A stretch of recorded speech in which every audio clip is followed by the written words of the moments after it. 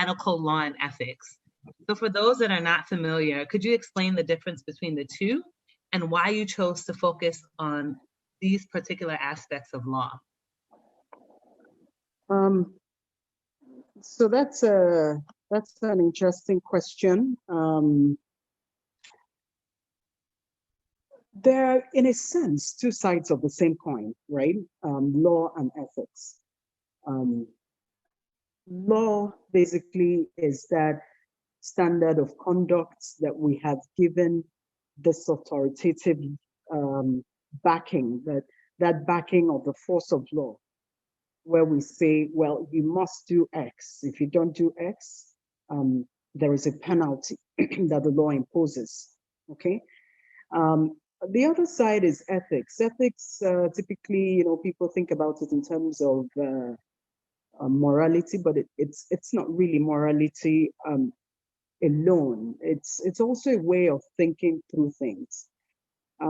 What is the difference between right and wrong in this area? How do I decide what would be the right thing to do, or what would be sometimes the less wrong thing to do? Okay. Obviously, the law has a little bit of moral content in it as well, or a lot. It does have some moral content. That's an argument that we go into in jurisprudence about how much moral content the law requires. And the law also tries to lay down what is good or bad, but like I said, it comes with sanctions. And when it comes with sanctions, because of the idea of sanctions, because it has penalties, it will say, it will prescribe what the minimum conduct would be. Ethics, on the other hand, will require you to go above that minimum standard. It will require you to, scale, climb up and do, as much as you possibly can in terms of doing the right thing, okay? It requires you to do a rigorous, take a rigorous approach to finding out, in this dilemma, in this difficult situation, do I, for example, if it's a matter relating to confidentiality, do I divulge this information or should I keep it? Whereas the law is, to certain degrees, certainly more than ethics, a more black and white thing. So there is that distinction. But of course, like I said, there's a whole lot of common ground between those two things. And there are many cases also where both the law and ethics will coincide and, take the same view and the same approach to a specific dilemma. So I've just spoken abstractly, but I could give you an example. So of course, for those of us who may have done the HLA course on patient-centered care, the law and ethics, they might recognize this example that I will give. So you have somebody who, a young woman who has a mental health situation, has a crisis, perhaps attempts suicide and has to be taken to the hospital or something, or is suffering from some kind of, severe mental health disorder. She's taken to the hospital, she's being treated, and then she gets, well enough to go home. And then she says to the nurse, who has been very attentive to her, taking care of her, encouraging her, supporting her. And she says, I can't believe that this is my life. I can't believe that this is what I'm going through. I am, 27. I'm not able to finish my university degree. I was always the best in my classes. I had high hopes for myself, and my family had high hopes for me. All I see now is, them showing me pity and my just being a burden to them. And I think I'm just going to, take myself out of this world so that I'm no longer a burden to anybody. And I usually put out that question and I ask, so she's confided. This is actually a confidence that she's placed in the nurse who has been taking good care of her. And I put out that question typically and I ask, so what should she do? Should she report, knowing that, of course, if she shares that information, there are all kinds of fallouts that could arise. You could find a situation where then she climbs up and she never shares with anybody else what's going on inside her head. Or, what should the nurse do? Should she walk away? Should she just say, that's not the right approach, and this and that, those kinds of things.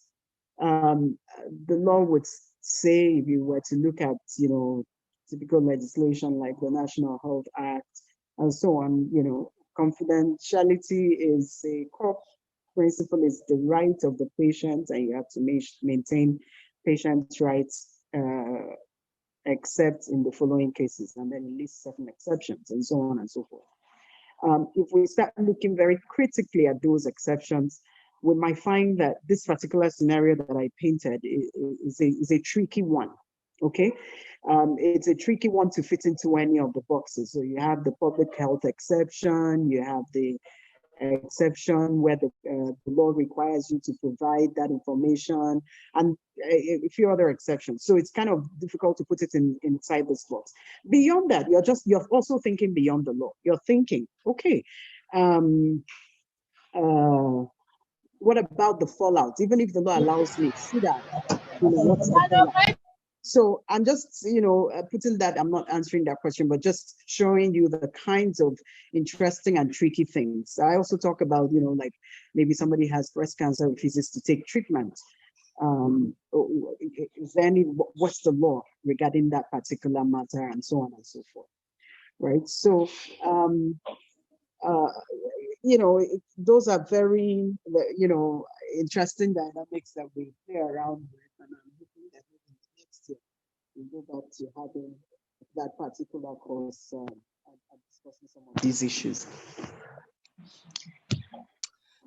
So Cheluchi, I actually wanted to ask, thank you for that. So I wanted to ask, what made you, it's very interesting, right? The interplay between law, ethics, especially as it relates to, can you hear me? Yes, I can hear you. Okay, especially as it relates to healthcare. So what made you focus on this particular aspect of law? The medical ethical part. What made you decide that would be your focus area? Well, I'm just going to try to cut that short a bit. But years back, I think I've told this story, and I think maybe somebody might find, clips of it online. But years ago, when I did my first degree, HIV was, a big deal. And I was a retractor, and we used to do some projects around, HIV awareness and all of that. And I used to wonder, where does the law come into these? Because I think we would have touched medical negligence, but it was a very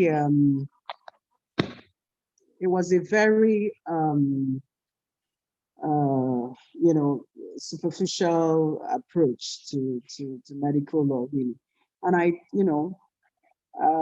but I thought it was very interesting. What was the intersection of law? So when I finished, I decided I would go and do a master's in health law. Some opportunities opened up in Canada, and I went off. And I come to think and see that it was a very wide area of law, and there were so many interesting things going on. So just as I went in, there were a few things going on around research ethics, around Pfizer had come and done that trial in Kano in Nigeria, and there was so much noise about it, in North America, and not many people even knew anything about it, back home in Nigeria. And I thought to myself, this is an area that definitely needs expanding. And also, of course, as I've worked now, obviously there are so many issues where we need that. Look at, just all that has happened during COVID, for example. It has really got people talking about health law related matters. We've talked about, passing some laws around the control of infectious diseases, for example. And these are things that, I've been writing about for years, but you know, all of a sudden it's now real to us. You know, people talking about compulsory vaccination and things like that. All of these are, you know, legal things. And the interesting thing is that in Nigeria, like as I explained to people, these are matters that are that the law has always provided for. So when people during that period, people were like, why are we talking about compulsory vaccination? I said, you have to look at the legislation we have in place. We have the Child's Rights Act in place. There's compulsory vaccination in the Child's Rights Act. We have the Vaccination Act. We have the Yellow Fever Vaccination Act and the state laws that accompany it, and so on and so forth. And I'm not saying one way or the other. I'm just saying that these are matters that the law over time has addressed. We have a whole range of legislation dealing with things like HIV, dealing with matters relating to public health. We have public health laws. Now you will hear everybody talking about how the Parenting Act is so old, how the Lunacy Act is so old. But these are, what I'm trying to say, these are part of the legal framework of Nigeria. And basically what health law does as a field is to look critically at these areas. And I'm just talking legislation. I'm not talking, you know, judicial decisions, for example. I'm not necessarily even talking patients' rights and so on and so forth. So it's a broad range of things. And so when I took off, to get back to the question, when I took off and went to Canada and, you know, had more or less became exposed to their own system, I realized that we did have our own system. It just wasn't recognized. Perhaps it wasn't as cohesive as maybe in some other areas, and so on and so forth. But it is definitely a very, as I'm sure COVID has shown us, a very important area of law that affects us in very real and palpable ways, in very direct ways, not even in indirect ways, in very direct ways. So yeah, so I went off, came back maybe not up to 10 years ago, you know, about 8 years ago or so. And ever since, I've been working to more or less broaden the space, to make the space appealing to even the young people that I teach, to say this is an interesting area of law. This is an area of law that has potential for those who want to do good, but even potential for those who want to make money as well. I don't think that those are necessarily two conflicting things. So so in essence, I guess you would say it found me in a way, health law, and it's been a very interesting journey, and hopefully when I look back over the years, I will say I've done very good work in this space. Thank you. Thank you. So you actually touched on, you know, COVID, and that's a great segue for me. So COVID-19 has really tested many healthcare systems, from shortages of PPE, to large influxes of critical patients, and of course, the fear and uncertainty of the disease process. All of the aforementioned have really put a strain on healthcare systems, especially the strongest ones. And it's especially put a strain on healthcare workers. So can you speak a bit about the rights and responsibilities of healthcare workers and the laws that have been put into place to protect them? And also, would you touch on why policies that address the safety of healthcare workers is a critical aspect of safe care delivery? So 2 questions there. I'm afraid I will need you to repeat that. Sure. So can you please speak about the rights and responsibilities of healthcare workers and the laws that have been put into place to protect them? And would you also touch on why policies that address the safety of healthcare workers is a critical aspect of safe care delivery? Okay. Thank you, Angoli. Good question, especially in these times. For Patient Safety Day,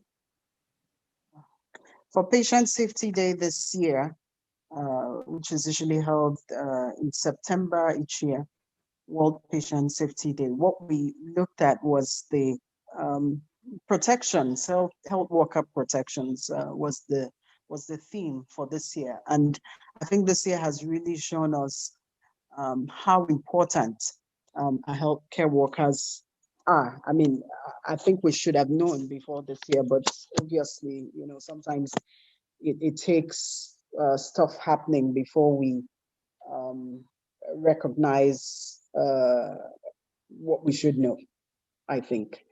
And so that's what we celebrated this year. And I've actually had the occasion to talk about health worker protections, health worker responsibilities, health worker rights a lot this year. So typically, when we talk about health worker responsibilities, I like to sort of lay out the legal framework that identifies, those responsibilities, but also the rights. So if you look at legislation such as the National Health Act, if you look at legislation including, professional regulatory bodies regulations, legislation, those that set up the Medical and Dental Council of Nigeria, or Nursing and Midwifery Council of Nigeria, or the Pharmacy Council of Nigeria, which gives them the authority to establish codes of conduct or codes of ethics. You would see that all of those responsibilities are well captured, and I'll give you some of those. And even if you look at even more fundamental law, like our Constitution, which identifies our fundamental rights. So, for example, the right to privacy, which is the grounding, the foundation for the right to informed consent and so on. You will see that all the way down to the most fundamental, what we call the Grundnorming law.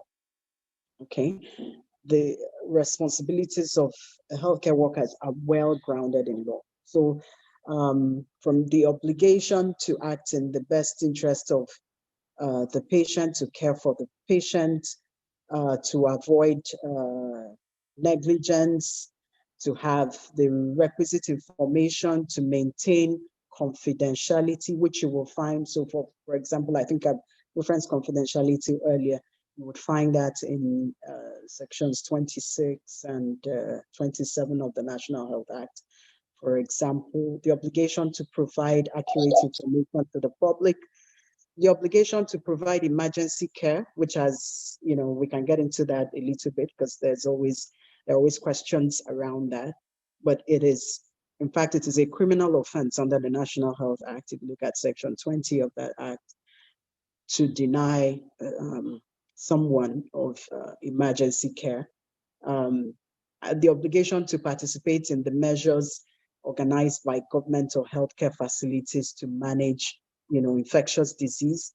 So if you look at the different public health laws that we have, so we have many of the states have, the public health, they have public health law, which stems from the Public Health Ordinance of 1916, but Lagos State has perhaps the most recent one, the Public Health Law of 2015.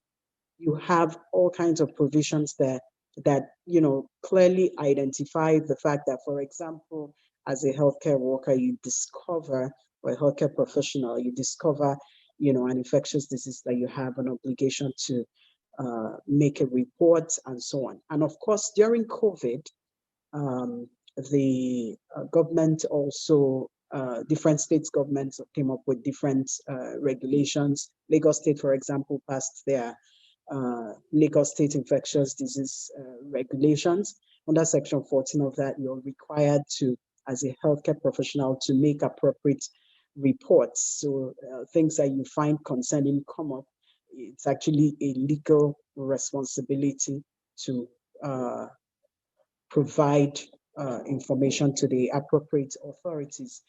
And so I think that captures some of the responsibilities. Many of these you will also find in the Patient Bill of Rights, which the Federal Competition and Consumer Protection Council put in place in 2018. It's not really law by itself, but what it does is that Patient Bill of Rights, what it does is to gather all the, to look at across all the laws, across the subsidiary legislation to identify clearly, what the rights of patients are. And of course, those rights then correspond with the responsibilities that healthcare workers have towards them. And of course, as many healthcare professionals that I speak to often say to me, you guys you always focus on patients' rights. What about us? Do we not have any rights? And so on and so forth. And of course we do. You healthcare professionals do have rights. You look at the National Health Act, it makes certain provisions relating to healthcare professionals' rights. So, for example, you have rights, the right to share information with the healthcare team. Just give me 1 second here. All right.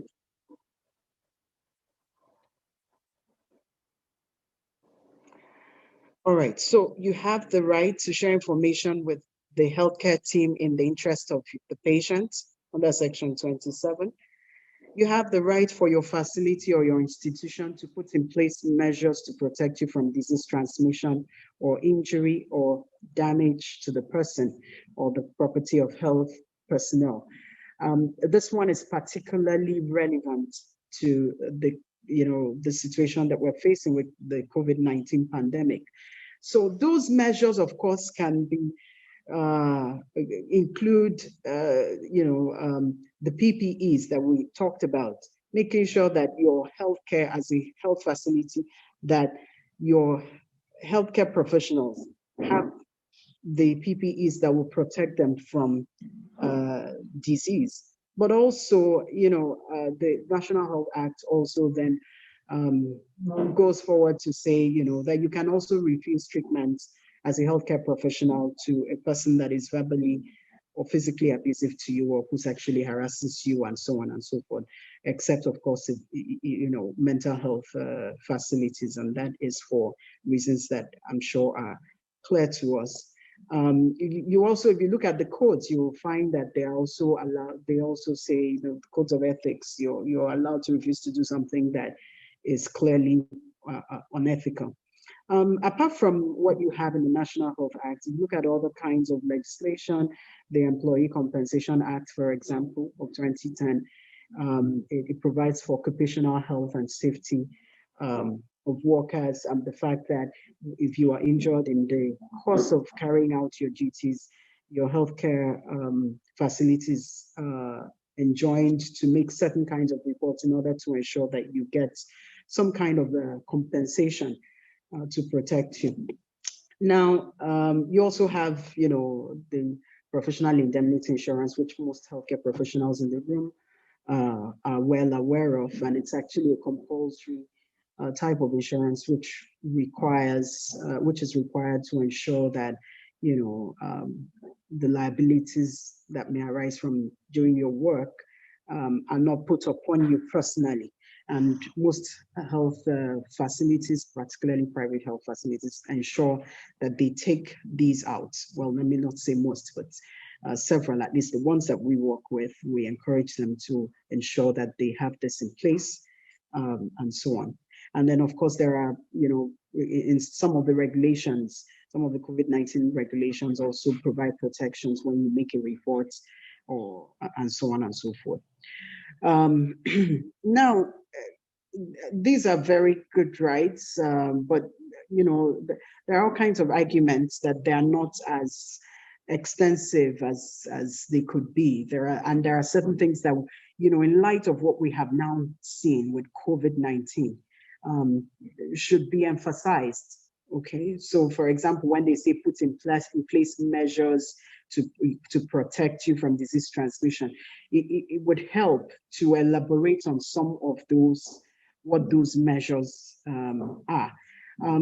If you look around, you know, around the world, you would see that, you know, there are all kinds of interesting laws and policies that I think Nigeria could learn from, which emphasize, you know, and provide additional benefits and protections to health professionals and to healthcare workers in general.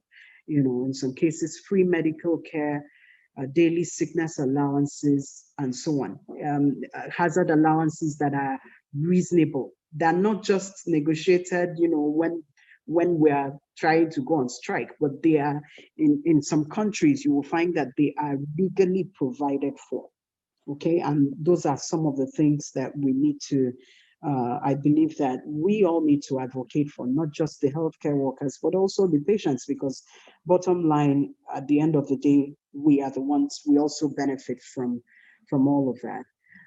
So, you know, we've argued that, you know, it would be helpful if the National Health Act is reviewed to include even training on infection prevention and control, as not just because the healthcare facility is a conscientious one, but it becomes your legal obligation, whether you're a public facility or you're a private facility, to provide that, and in doing so, protect not just the healthcare professionals that are doing the work, but even the patients that they see.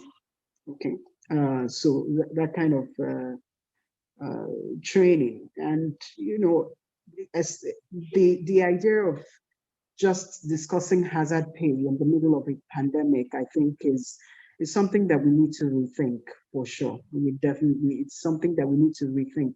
It needs to be made more of a routine thing, that we have a healthy, because I mean, somebody puts in their lives, you know, more or less in line of danger for other people. You shouldn't be worried that you have governments that don't care or facilities that don't care, basically. And I think that that's something that we need to emphasize. Obviously, it's a conversation that goes beyond us here, but you know, it's a point that needs to continue to be emphasized until one day we see progress.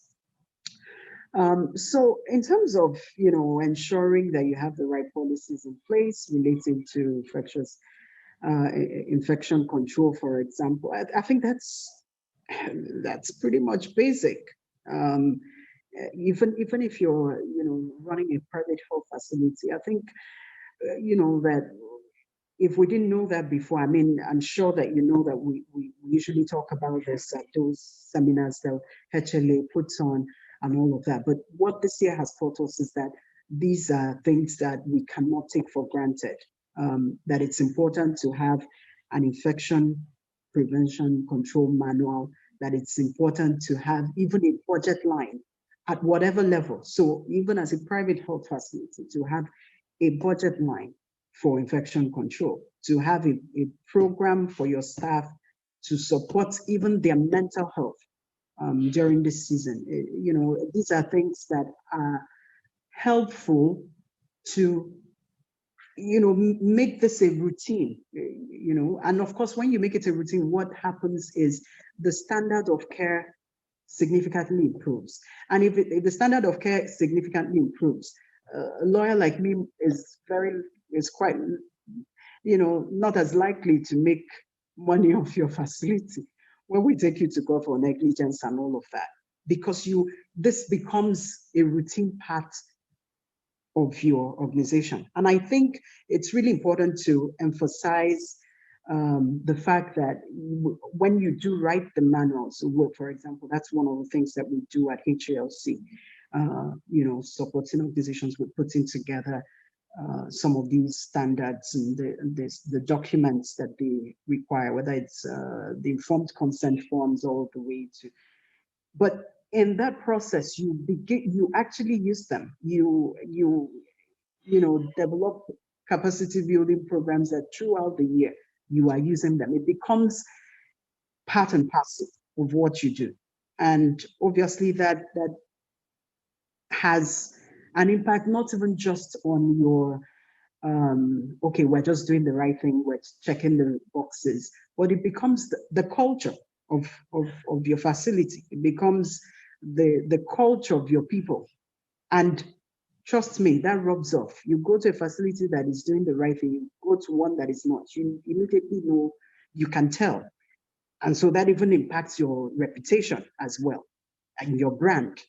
Okay, so I think sometimes we need to think about it. I know that there are also financial constraints to consider, cost implications. But what I'm trying to say is that having these things in place, all the relevant policies, the relevant manuals and guidelines will support you in developing a culture of safety, not only for your patients, but even for those who are serving your patients. And so I think it's a no-brainer. For me as a lawyer, obviously, anything that helps you avoid, mitigate your risk of litigation is obviously a good thing. I'm happy to take any other questions, but let me leave it at that. Okay. Well, I have one last question. It'll be very quick because we have a lot of questions here from our audience, and it's on mental health.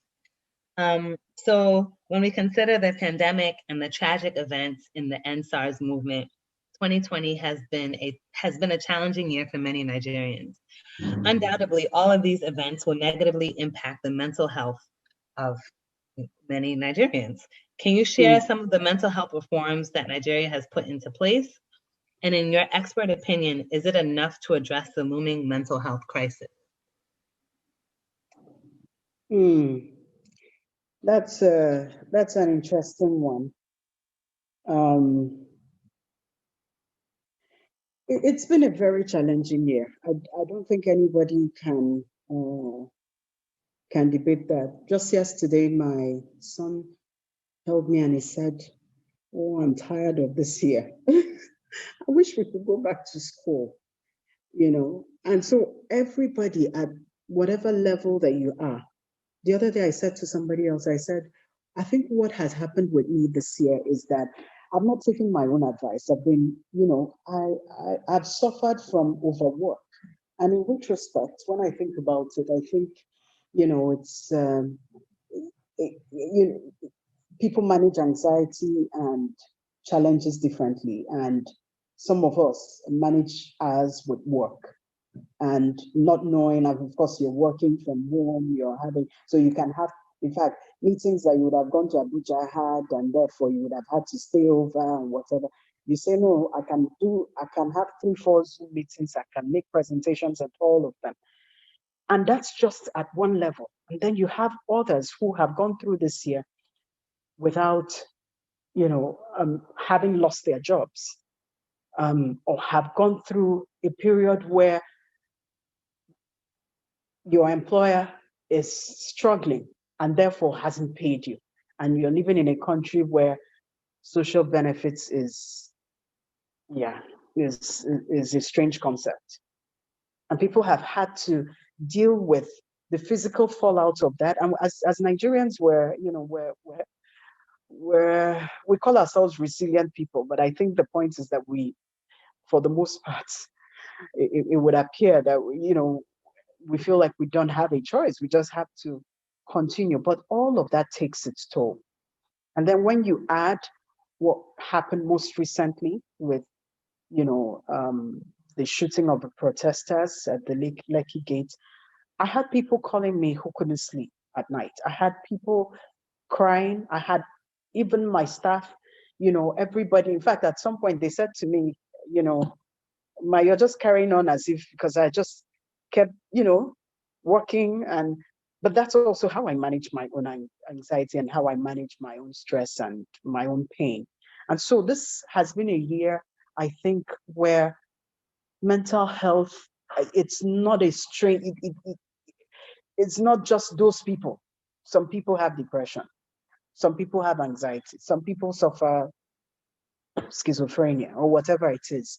It's something that has affected us all to some degree, some more than others, obviously. But obviously, it's, we can begin to relate a little bit more. And I think all in all, that is a good thing. And my hope is that maybe it makes us a bit more empathic, it makes us a bit more aware. And if that's the only good thing that comes out of 2020, we will take it, because, I mean, we don't really have a choice. That said, the question that you asked me about reforms, we have ongoing reforms. As you know, we have an outdated mental health law called the Lunacy Act, which actually stems from a 1916 ordinance, which has remained largely unchanged since colonial times. It doesn't actually refer to mental health treatment at all, really. It focuses on managing people, things like committing people who are a danger to themselves and things like that. And, it uses language that we now consider derogatory when we talk about mental health, things like lunatics and idiots and stuff like that. So it's, to say the least, it's time for change. And the National Assembly had tried over the years. In fact, we had a bill introduced in 2002, but nothing has actually worked. I think in part because we haven't really felt the urgency of it. And yet, as we know, our suicide rates are very interesting. Some people argue that they're not going up, we're just becoming more aware. Whatever it is, we know that it is significant. We know that it is now time for us to, it's something that is closer home. We can see it. It's not. And so the National Assembly is currently, there's a bill there that I've had an opportunity to provide some technical advice on, and so on. And the hope is that that bill will pass soon. It's gone through the first reading, gone through public hearing, and is now at committee stage. And the hope is that it will go through second reading and will eventually have something. That said, I always like to emphasize that Lagos State has, come up with a new mental health law. So the Mental Health Law 2019, Lagos State Mental Health Law 2019, which is certainly more forward-looking than the Lunacy Acts that we had. That said, these are reforms that are just ongoing. There are other areas that we need to reform. When we talk about mental health, it's a whole range of things. When we talk about mental health, we're also talking about issues relating, for example, to substance abuse. And in that particular case, we've done nothing. We've basically done nothing. We banned codeine, during the codeine, when that BBC report came out. But basically, we haven't done much else, to address issues of rehabilitation, to address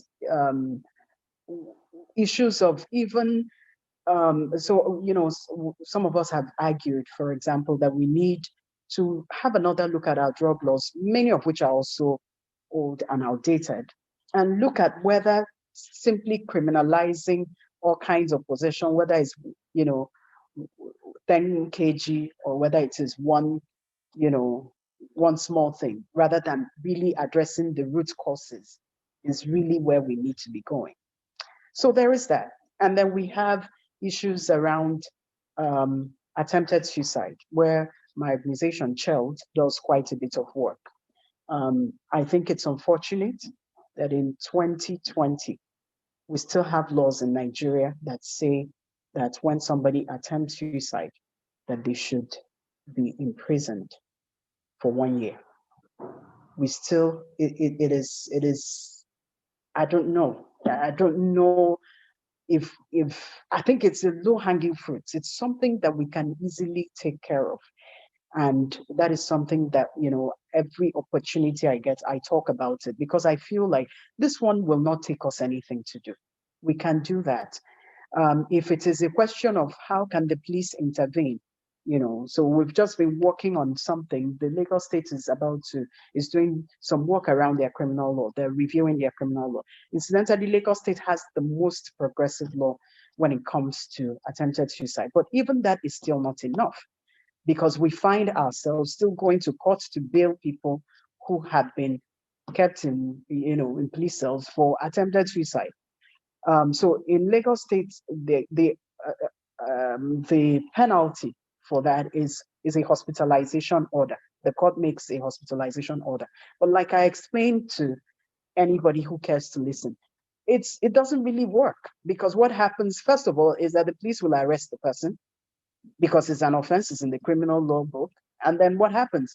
They have you in their cell for 2-3 days. Then they charge you to a magistrate court. The magistrate court has a lot of cases in its docket. The magistrate remands you in prison and says, okay, come back in 3 weeks, come back in a month or whatever. While you're there, you're unable to meet bail conditions, and it just goes on and on. We're currently doing a case where the person spent 7 weeks for attempting suicide. Incidentally, and this is something that I need to bring to the fore, because we're talking to healthcare professionals in the room. It was the hospital that made the report, and I found that quite interesting. So, he was found, rushed to the hospital treated him, and then reported to the police, or perhaps feeling that they had an obligation to make such a report. And that is why you cannot have that kind of provision in the criminal law book. It just makes everybody feel like we don't want to be seen to be covering up a crime, even though there is nothing in the criminal law that mandates that such a report be made. You see what I'm saying? So, and then the person goes and ends up spending weeks and weeks and weeks. And in many cases, of course, people attempt suicide again. Imagine that you thought you were depressed before, and then you end up in it yourself. And from there you're in Kirikiri. So, so I would say that there is room for more reform. I think, obviously, just listening to me talk about it, you can tell that it is something that I find personally troubling. There is room for more reform. There's so many things I could talk about in mental health, but maybe, at a more appropriate forum, I can get into that, into some of the nitty-gritties, into some of the rights, into issues around the fact that we have persons with the Disabilities Act. We have signed on to the Convention on the Rights of Persons living with disabilities, and none of that have we addressed. And don't even get me started about issues relating to dementia and Alzheimer's, and issues relating to managing the elderly, which also fall within that mental health space. We haven't even begun to talk about those things. So are we having reforms? Absolutely. And I think it is long overdue, right? But are we almost there? I would say that we're at the beginning of the journey. Thank you. Thank you. Thank you so much for that. Cheluchi, I have so many questions here from the audience, but only a few minutes. So I will try and do as many as I can, and then maybe we'll take it offline. So our first question says, how can a doctor build a career in medical law and ethics? Is a first degree in law necessary for this? And are there any universities in Nigeria that teach medical law and ethics that is open to medical professionals? Okay, wow, that's an interesting one. Okay, that's interesting. I know for a fact, in fact, one of the experts that works for us at HLC, that does some stuff for us at HLC, has a first degree, has a medical degree, practiced medicine for many years, and also has a law degree and has a PhD in law. So obviously anything is possible. I think I'll start by saying that. Can you do it as a medical, could you be a lawyer practicing law in Nigeria? The answer is you must go to law school, right? You just, that's the law. You have to get called to the Nigerian bar. But in order to just have a basic understanding, so you're a medical doctor, you want to have some basic understanding, certainly. So for example, I teach at Babcock University, and we definitely have a law, the doctors and nurses, there are law courses that they can take. You want to then do like a further degree, like a master's degree and so on. That's possible. I don't know if we have really gone to that extent at Babcock University, but I can tell you that in the UK, certainly there are quite a number of doctors who go on to have a master's in law. They don't necessarily practice as lawyers, but it does help them. For those of them who work as expert witnesses and so on and so forth, it does help them to do that. So that's entirely a possibility. And for whoever asked this question, I'm happy to go ahead and offline and maybe give you a little bit more insight if you wish. So I'm sure HLA can organize that. Thank you. So we have another question here. Are there any publicly or privately available compendium of health laws in Nigeria, either as a list or all of the laws are put together? I'm not aware that there are any. Actually, we started doing something like that a few years ago at Cheld, and then we sort of gave up. I guess that would be something that we can think about, because we do have a compendium for our own private, for the work that we do, both at HLC and at Cheld. But as far as I'm aware, I don't believe so. Okay. Certainly not a publicly available one. Okay. And I have another question here. So vaccination by pharmacists, licensed pharmacists to do so I'm reading this verbatim, greatly helps in many countries where pharmacists are engaged. In Nigeria, pharmacists aren't yet legally enabled, whether trained or not. In view of the disruptions caused by COVID-19, needing all hands on deck, what can be done to quicken the enablement of pharmacists to vaccinate? Oh, I think that's an interesting question, and I think it would be a tricky one with all the doctors that we have in the room. With you know our context, obviously, that all kinds of issues arise, between the professions in health as to who can do what. So obviously, I mean, that's something that can be addressed at the level of, an amendment to, for example, the Pharmacy Council of Nigeria Act, but that will probably face resistance from other professions.